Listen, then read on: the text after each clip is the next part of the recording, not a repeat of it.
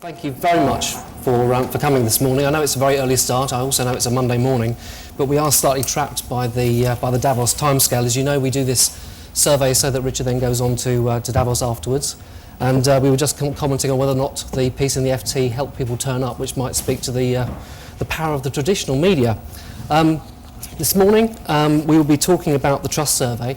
Just for those of you that haven't been to this event before, and we've done it for a number of years now, we have expanded the number of countries, and we have also added some questions. So we're hoping that today one of the differences from previous years is that you'll see some deeper insights into how we might all help manage the reputations and the brands and reputations of the organisations that we represent.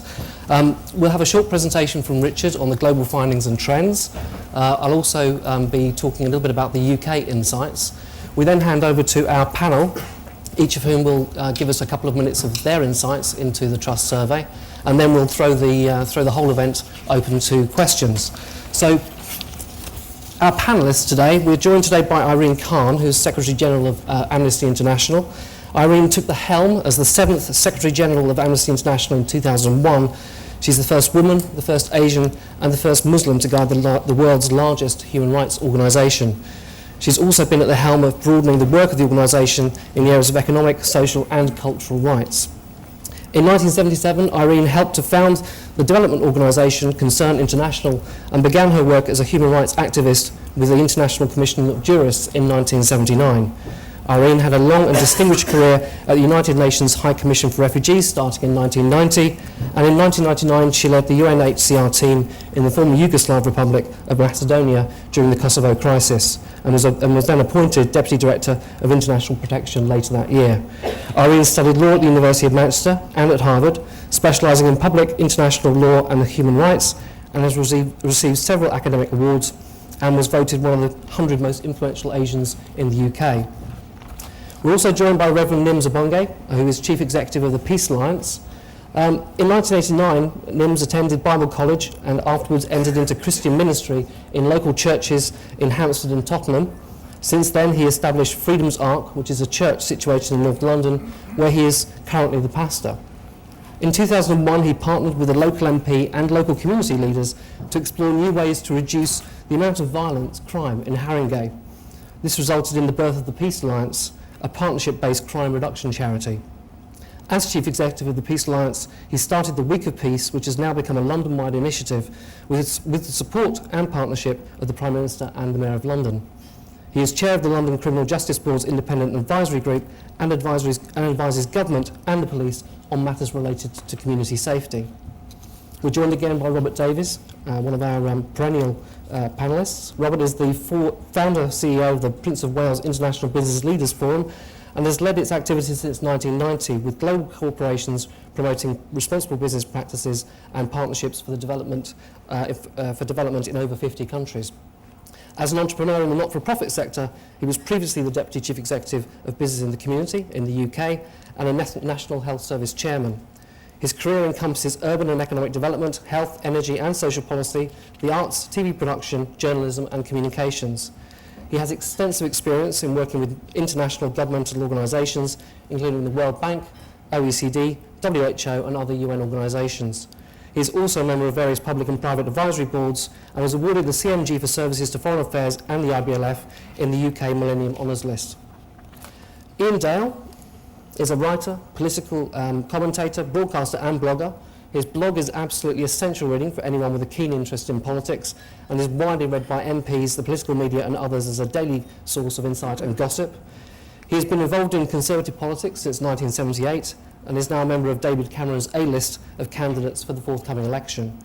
He makes regular appearances on TV and radio and has edited a number of books, including Margaret Thatcher, A Tribute in Words and Pictures, and Prime Minister Portillo and Other Things That Never Happened.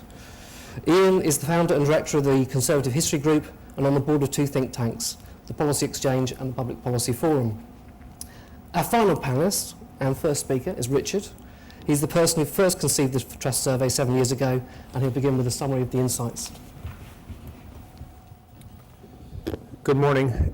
This is my favorite week of the year because in some way or other it describes what public relations can be, which is this big, not this big. David, Brain, and I will be going off to Davos tomorrow night and be talking about trust and how business in particular can establish trust across all stakeholder groups. This is the 7th year we've done this study. And let me just go through some of the major findings that we've had over these 7 years. In the first year, the great surprise was that NGOs, in fact, were the most trusted institution in Europe. In every one of the countries that we surveyed, in those days it was 4 countries. The second major finding was in 2002 when credibility of CEOs reached a bottom at 14% as a spokesperson in the wake of Enron, Tyco, I could keep going. The third big finding started in 2004 was the trust deficit for American companies in Europe, that Coca-Cola, McDonald's, ExxonMobil had a substantial difference in trust between the US and the 3 major economies in Europe. The fourth big finding was last year, which is that a person like yourself, just an average person who shares an interest, is in fact the most credible spokesperson, again beyond academics, doctors, and CEOs, so that the peer-to-peer horizontal conversation was essential for corporations to engage in. So with that as a construct, I'll turn now to the findings of the 2007 Edelman Trust Barometer. Basically, we have this panel, we know this. This is the first year we've gone to 18 countries. We started with the 4, which were the US, UK, France, and Germany. Then we expanded eventually to 11 last year, and now to 18. This is really a global survey instrument. We have 10 countries in Europe, we have 4 in Asia, we have in North America 2, plus a couple in Latin America. And these are opinion leaders, people who make $75,000 to $100,000, who are so-called opinion elites who read multiple types of media. So let's start out with our first observation for this year, that in fact there is a changing world order of trust that I think will surprise you. That in fact the current trust market, if you want to defer to that way, is fluid and the old order is changing. Specifically, what you see is that you have a global trust divide in the opposite way that you might expect. In fact, developing countries put more trust in business than the developed world. This is the big change for this year. In fact, you also see a marked decline in trust in government across the world, particularly acute in this market, no surprise to most who are awake in Britain at this hour. But Stuart will get into the data. Trust in the UK in all institutions has dropped.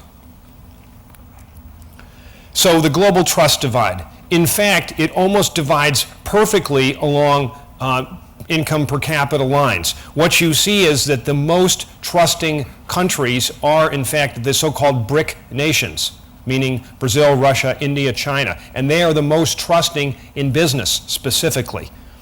The least trusting is what our former defense secretary called old Europe, to his eventual demise. So if you try and look along this kind of construct, what you see is that in the developing world, the most trusted institution is business. Trust in business is in fact 60%. They believe, basically 77% of those in the developing world we surveyed said that business has a more positive than negative effect on society. The most trusted industries, by the way, tech is the #1 industry in every one of the 18 countries that we surveyed. There is generally high trust in CEOs, and particularly in their own CEOs.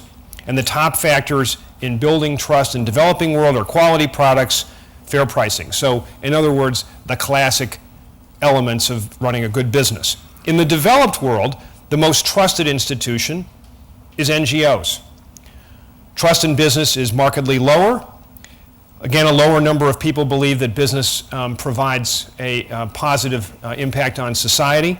Again, I want to say in the developed world you have a spectrum. The United States being at the highest end of the trusting, at the lowest end would be